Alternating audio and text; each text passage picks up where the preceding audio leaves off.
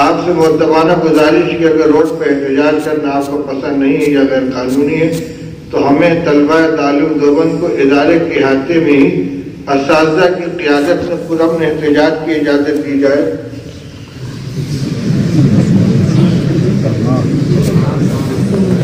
بھائی آپ یہاں احتجاج کرنے کے لیے آئیں یا پڑھنے کے لیے آئیں؟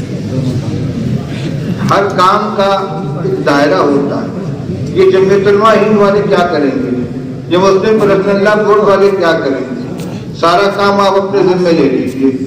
صرف یہی ایک مسئلہ نہیں ہے، 3 طلاق کا بل آیا، 370 کی دفعہ منسوخ ہو گئی اور NRC آنے والا ہے، بند کر دیا جائے دارالعلوم اور دارالعلوم کے احاطے کا دروازہ بند کر دیا جائے، آپ اندر خود نعرے لگائیے۔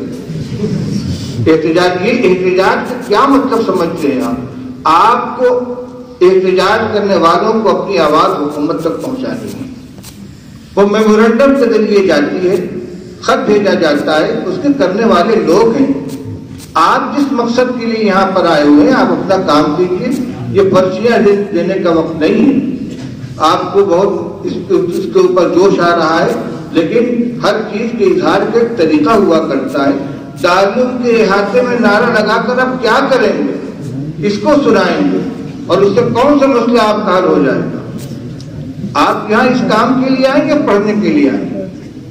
سب سے بنیادی بات یہ ہے کہ آپ ایک نظام کے پابند ہیں۔ بات کان کھول کر سن لیجیے، آپ آزاد ہیں۔ اگر کوئی اس پابندی کو پسند نہیں کرتا اپنے گھر کا راستہ ہے، لیکن دارالعلوم میں رہنا ہے تو دارالعلوم کے نظام کا پابند ہو کر رہنا پڑے گا، اور ہر چیز کے ہم آپ کے سامنے جواب دہ نہیں ہوں گے کہ ایسا کیوں ہوا، ایسا کیوں ہوا۔ جو ادارے کو چلا رہا ہے وہ بہتر سمجھے گا، جو اساتذہ ہیں، جو ذمہ داران ہیں، وہ سمجھ کر فیصلہ کریں گے کیا یہاں ہونا چاہیے کیا نہیں ہونا چاہیے۔ آپ کو فیصلہ نہیں کرنا ہے، فیصلہ ذمہ داران کریں گے۔ آپ کو اگر اس فیصلے سے اتفاق نہیں ہے، راستہ کھلا ہوا ہے، آپ جائیے اور جا کے خوب شور مچائیے، دارالعلوم سے اپنا رشتہ ختم کر دیے۔ لیکن دارالعلوم میں رہتے ہوئے کسی غیر قانونی حرکت کی اجازت نہیں دی جائے گی۔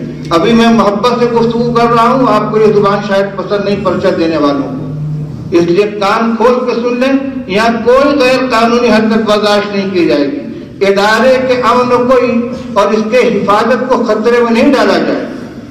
آپ کو تاریخ معلوم ہے، ہندوستان کی آزادی کے لیے شیخ الہند رحمۃ اللہ علیہ نے قربانیاں دی ہیں۔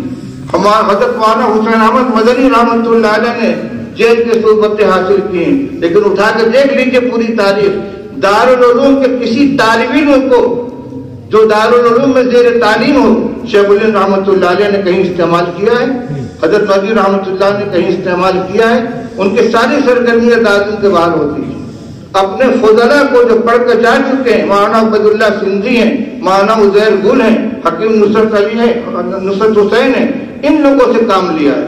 لیکن دارالعلوم میں رہتے ہوئے ان اکابر نے یہاں کے زیر تعلیم طلبہ سے کوئی کام نہیں لیا ہے۔ آج ہم بڑے فخر کے ساتھ کہتے ہیں کہ ہندوستان کی آزادی میں دارالعلوم کا بہت بڑا حصہ ہے، لیکن یہ حصہ کیسے دیا ہے؟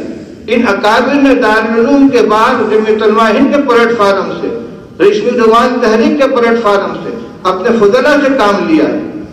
آپ ان کے وارث ہیں، آپ ان کے مدرسے کے اندر پڑھنے والے ہیں، ہم ان کے مشن کو لے کر چلنے والے ہیں۔ آپ چاہتے ہیں کہ وہ ہنگامے آپ دارالعلوم کے اندر کریں؟ یہ برداشت نہیں کیا جائے گا کسی قیمت پر، اور جو خلاف ورزی کرے گا اس کے خلاف کارروائی کی جائے گی۔ ٹھیک ہے، اب کوئی پرچی نہیں آنی چاہیے۔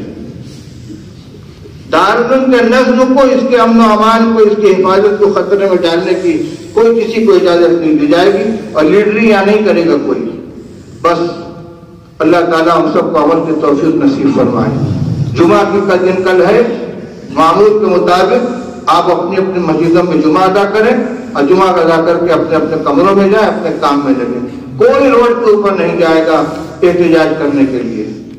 وآخر دعوانا الحمدللہ رب